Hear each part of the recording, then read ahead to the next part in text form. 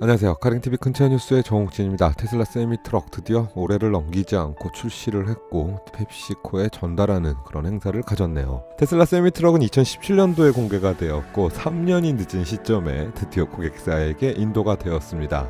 다들 테슬라에겐 너무 관대한 거 아닌가요? 이렇게 좋은 트럭을 타려면 3년 정도는 기다려야 돼. 이렇게 줄 세우는 느낌도 드는데 그래도 우리 계약 대수가 아주 어마어마합니다.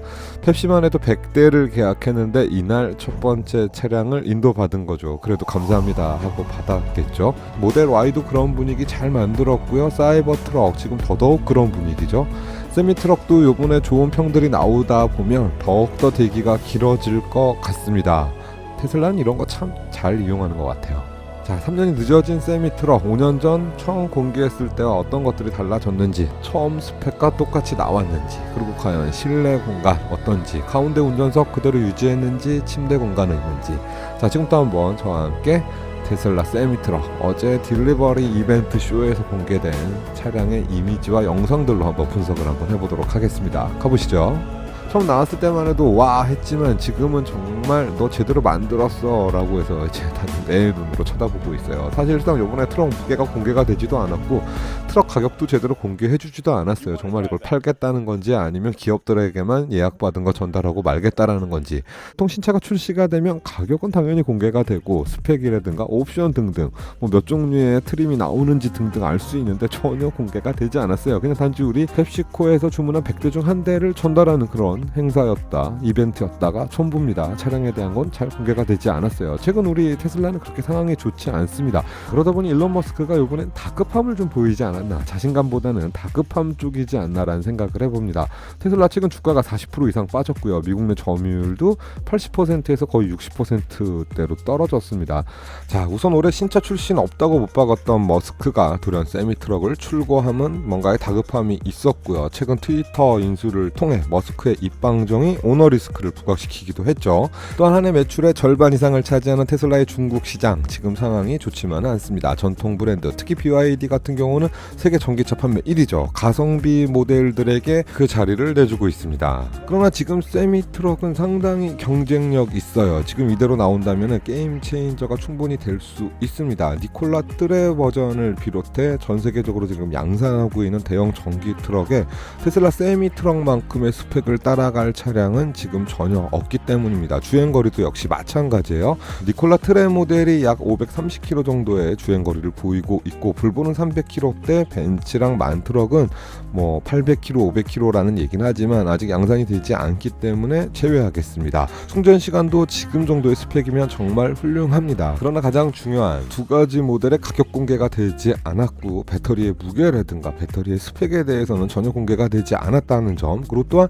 연간 몇 대를 만들 거고 고객사들에게 어떻게 인도하고 일반 우리 트럭커분들이 구입이 가능한지에 대해서는 전혀 언급이 없었습니다. 다소 아쉬운 부분이죠. 그래도 많은 분들이 가장 궁금해하고 야 이거 진짜 가능해 했던 부분은 영상으로 검증을 해줬습니다. 1회 충전 시 800km 이상 주행하는, 그리고 차량의 무게가 36.7톤, 지면 무게가 36.7톤이 아니고 트럭 총 무게가 샤시, 헤드 다 포함해서 짐까지 다 포함해서 36.7톤의 트럭이 1회 충전 시 800km 이상 주행하는 영상은 공개가 되었습니다. 그래도 다행이네요.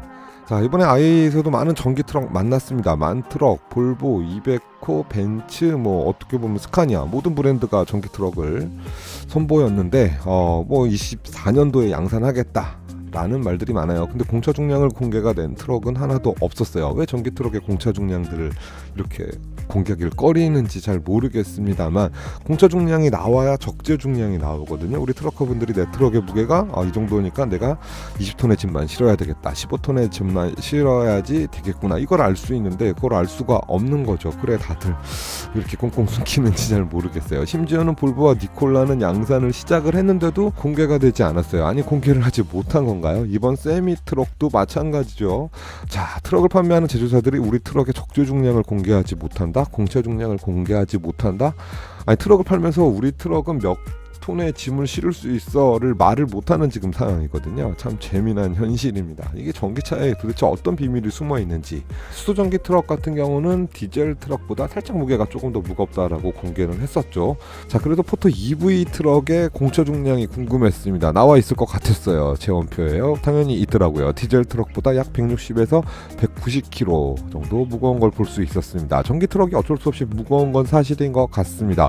그래서 현대의 방향성도 수소로 가지 않았나라는 생각이 들고요. 대형 전기 트럭의 공차 중량이 공개가 되면서 적재 중량이 공개가 되는데 우리 10톤 바퀴 실을 수 없어 라고 하면 대형 전기 트럭은 나가리가 되는 셈입니다. 2년 전쯤이죠. 300km를 가기 위해서 배터리 무게가 10톤이 넘는다는 이야기가 있었습니다. 자, 그렇다면 무게 얘기는 그만하고 또 배터리 그러면 충전 이야기를 안 할 수 없죠. 메가차저 충전 시 30분에 500km 이상, 약 70% 이상의 충전이 가능하다라고 테슬라 세미트럭 관계자가 밝혔습니다. 슈퍼차저 아니고요, 메가차저입니다. 트럭의 길이는 상당히 크고 넓은 땅덩어리가 필요하겠죠. 메가차저 한 대에서는 하루에 30분씩 충전을 한다 해도 48대밖에 충전을 못합니다. 30분씩 충전을 해도요. 그렇다면 얼마나 많은 메가차저가 필요할까요? 이걸 잘 깔아놔야 되고 얼마나 넓은 땅덩어리에 편하게 우리 트럭커들이 충전할 수 있는 공간이 생겨야 되겠는데요. 대한민국에서는 약간 왜 불가능할 것 같다는 생각이 자꾸 드는지 모르겠습니다. 어떻게 보면 대한민국은 정말 현실이 수소이구나 라는 생각이 들면서도 수소는 충전소 어떻게 할 거냐고. 자, 여러분들 의견은 어떻습니까? 대형 트럭의 전동화 모델, 수소, 전기 아니면 기타? 디젤을 계속 탈 수는 없는 상황으로 가정을 했을 때입니다. 저는 정말 공부를 하면 할수록 더 궁금해지고요. 대안이 없구나라는 생각이 자꾸만 듭니다. 여러분들의 의견도 댓글로 남겨주시면 감사하겠습니다. 다시 테슬라 세미트럭을 좀 더 살펴보시죠. 2017년도와 다른 점은 디젤차로 얘기하면 파워트레인의 변화가 있었다. 모터의 개수가 바뀌었죠. 2017년도에는 2축, 3축에 바퀴마다 하나씩 해서 총 4개의 모터가 이렇게 약간 인일 모터는 아니고요. 약간 가운데 쪽에 위치한 모터들이 하나씩 들어가는데 지금은 3축에 하나, 2축에는 2개의 모터, 총 3개의 모터로 바뀌었습니다. 평상시 항속 운행 시에는 하나의 모터가 사용이 되고 급가속이나 코너에서 언덕을 올라갈 때나 많은 힘을 요할 때는 2개, 3개의 모터가 추가적으로 구동이 된다라고 일론 머스크는 설명을 했어요. 자, 그러면서 이런 영상을 공개했어요. 디젤 트럭을 앞질러가는 언덕에서 겁나 빠른 테슬라 세미트럭. 자, 이 영상을 공개하면서 언덕을 올라갔으면 내려가야지. 내려갈 때 디젤 트럭들은 브레이크의 패드와 디스크의 마모, 브레이크의 파열로 위험할 수도 있어. 많은 무게들을 지탱하기 위해서 이런 얘기를 했는데, 물론 디젤 트럭에는 보조제 제동 장치들도 있어요. 제이크 브레이크도 언급하고 했었는데, 결론적으로는 전기 트럭의 회생 제동 장치가 디젤 트럭의 브레이크와 보조제 제동 장치보다는 월등히 우수하다. 전 이 부분은 동의합니다. 제가 포터 EV나 전기 승용차를 탔을 때 회생제동 장치를 이용을 했을 때 차량의 감속이 안정적이며 제대로 된다는 걸 느낄 수 있었어요. 회생제동 장치는 승용차보다 이런 트럭, 화물차에 더 맞지 않나 생각을 한번 해봅니다. 그 와중에 트럭에서도 회생제동 장치가 분명 유리한 거는 사실이에요. 자, 그렇다면 테슬라 세미트럭 가속력을 한번 알아보겠습니다. 2017년도 이 영상으로 많은 분들이 놀랬죠. 트럭이 날아가는 한번 잠깐 보시죠. 지금 이 영상보다 모터가 하나 줄었습니다. 지금 모터가 3개죠. 그렇다면 이 가속력을 그대로 지켰을까요? 공차일 때는 제로백이 5초, 짐을 싣고 적재를 했어도 제로백 20초 안에 도달한다고 합니다. 자, 그렇다면 실내가 공개가 됐으니까 실내를 보고서 한번 얘기 한번 해보죠. 자, 지금 보시면 양쪽의 창들이 정말 전면 창도 그렇고요. 시야가 상당히 좋습니다. 그리고 가운데 운전석은 그대로 유지를 했어요. 가운데 운전석 저는 어떤 기분일지 모르겠지만 나쁘지는 않을 것 같아요. 가운데서 운전하는 기분은 참 묘할 것 같지만 근데 이제 우리나라에서는 좌우로 이렇게 창문을 열고 표 같은 걸 받아야 되는데 그때마다 불편하지 않을까. 운전자가 무조건 엉덩이는 띄어야 됩니다. 그리고 좌우측 창문이 내려가지 않아요. 지금처럼 이렇게 끝이 살짝 열리는, 우리 옛날에 봉고차 보면 제일 뒤쪽 창문이 약간 이런 식으로 열렸잖아요. 그 정도가 다인 것 같습니다. 대한민국 실정에 맞지 않아요, 머스크 형. 이거 창문 내려가야 됩니다, 무조건. 그렇지 않고서야 우리 트럭커분들은 계속 뒤쪽에 큰 문을 열어서, 도어를 열어서 표를 받거나 주거나 이렇게 해야 되는 번거로움은 좀 생길 것 같네요. 자, 그리고 미러캠이 물리적인 사이드 미러가 달리면서 저는 미러캠이 달리지 않았구나 생각을 했는데, 양쪽 15인치 모니터에 보면은 후방이 보여요. 그러니까 저 물리적인 사이드 미러 안에 카메라가 여러 개가 장착이 되면서 또 후방을 비춰주고 있어요. 그러니까 물리적인 사이드 미러도 있고 미러캠도 있는 그런 버전인 것 같습니다. 요거는 된 것 같아요. 지금의 트럭들도 뭐 옵티브 미러캠이 나오면서 물리적인 사이드 미러가 사라지는데, 그런 것보다는 지금처럼 이렇게 물리적인 사이드 미러가 같이 있는 게 혹시나 나중에 고장이 나더라도 바로 우리 트러커 분들이 트럭을 세워야 되지 않아도 되는 그런 장점이 있지 않나 생각을 한번 해봅니다. 이건 잘했다라고 칭찬을 한번 하겠어요. 그러나 근데 이게 문제가 되는 점은 물리적인 사이드 미러가 작살이 나면 미러캠도 또 작살이 나는 거네. 아이고 참 어렵네. 이게 또 어떻게 보면 같이 붙어 있으면 안 돼. 미러캠 따로 물리적인 사이드 미러가 따로 위치를 해야 돼. 같이 있으면 물리적인 사이드 미러가 팡 가서 사고가 나면 물리적인 사이드 미러도 안 보이고 미러캠도 화면도 안 띄워지고 뭐 이런 또 단점도 있네요. 그렇다면 미러캠 따로 물리적인 사이드 미러 따로, 그게 가장 베스트인 것 같습니다. 자, 캡의 공간이 뒤쪽으로 좀 더 길어졌어요. 예전 모델보다요. 그래서 당연히 슬리퍼 캡 공간이 있을 줄 알았는데, 트럭에서 차숙을 하며 장거리 운행을 하는 트럭커 분들에게는 선택을 받지 못할 것 같습니다. 미국에도 장거리 운행하는 우리 트럭커 분들이 많은 걸로 알고 있는데, 이러면은 좀 어렵지 않을까, 왜 배드가 없는지 좀 궁금하기도 합니다. 캡의 사이즈가 좀 더 커지면서 뒤쪽 공간을 슬리퍼 캡, 벙커 공간으로 충분히 활용할 거다 생각을 했는데 없어요. 참. 그리고 캡의 높이는 상당히 높다 보니 운전자분이 충분히 서서 활동할 수 있는 공간은 나오고 있습니다. 운전석 뒤쪽으로 접이식 조수석 의자가 하나 있는 건 확인이 되네요. 그래서 2인까지는 승차가 가능한 것 같습니다. 그리고 제가 중요시 여기는 냉장고가 안 보이고 있습니다.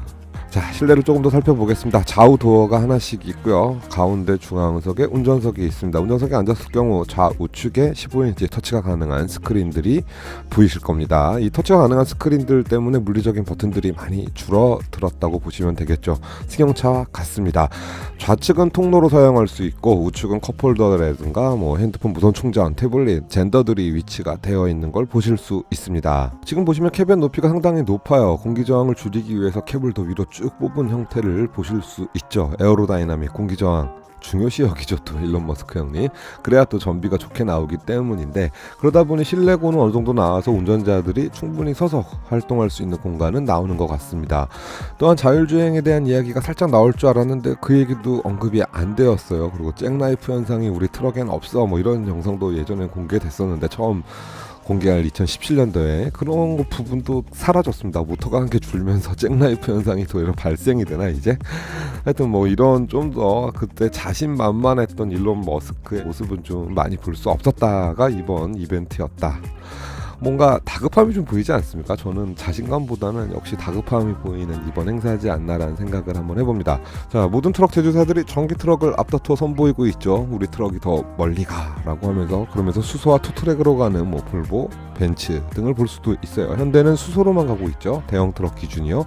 반면 일론 머스크는 전기 트럭을 지금 이렇게 만들면서 수소는 바보짓이야라고 얘기했습니다. 수소 정말 바보짓일까요? I don't want to turn this into a debate on hydrofuel cells because I just think that they're extremely silly. And the people have published. There's multiple sort of rebuttals of it online. It's just very difficult to make hydrogen and store it and use it in a car. 전기 트럭의 장단점은 뭘까요? 네, 전기 트럭이기 때문에 쾌적한 운전이 가능하고 토크가 세다 보니 운전에 스트레스 없을 거고 관리비 줄어들 거고, 그러나 전기 트럭이기 때문에 충전소 찾아다니셔야 되고 충전하는 동안 움직일 수 없다라는 거, 이런 장단점이 있는 거죠. 전 세계가 너무나 급변하고 있고 정책들이 너무 빠르게 바뀌다 보니 어느 장단에 춤을 춰야 될지 정부는 너무 손바닥 뒤집듯이 정책을 바꾸고 있습니다. LPG 트럭도 보조금이 축소가 되면서 생산은 중단되고 관련 부품 업체들은 지금 큰 타격을 보는, 앞으로는 트럭 제조사의 방향보다 정책 방향을 우리가 조금 더 관심 있게 지켜보고 그 방향성에 맞게 움직이는 게 맞지 않을까라는 생각을 더욱더 하게 됩니다. 대한민국 트럭커 여러분들, 아무쪼록 힘들 내십시오. 저는 응원합니다. 여러분들 응원합니다. 꼭 좋은 결과가 있길 다시 한번 기대 한번 해보고요. 대한민국 트럭커분들 모든 분에게 이런 안전운임제가 도입이 돼서 조금 더 여유롭게 일하고 안전하게 일할 수 있는 그런 환경이 조성되기를 개인적으로는 상당히 바라고 있습니다. 여러분들 힘내시고요. 자, 앞으로 전기 트럭, 테슬라, 니콜라, 볼보 등 먼저 양산이 돼서 이제 공도에서 조금씩 보여질 텐데, 그러다 보면 조금 더 자세한 스펙과 정보들이 공유가 될 겁니다. 장단점도 분명 많은 리뷰어들이 밝혀낼 거고요.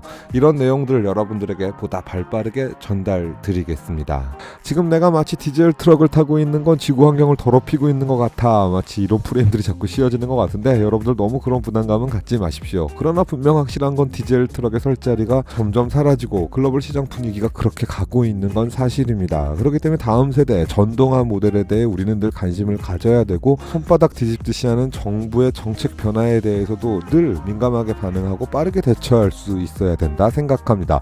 그것이 우리들의 자산을 지키는 길이라고 생각하기 때문이죠.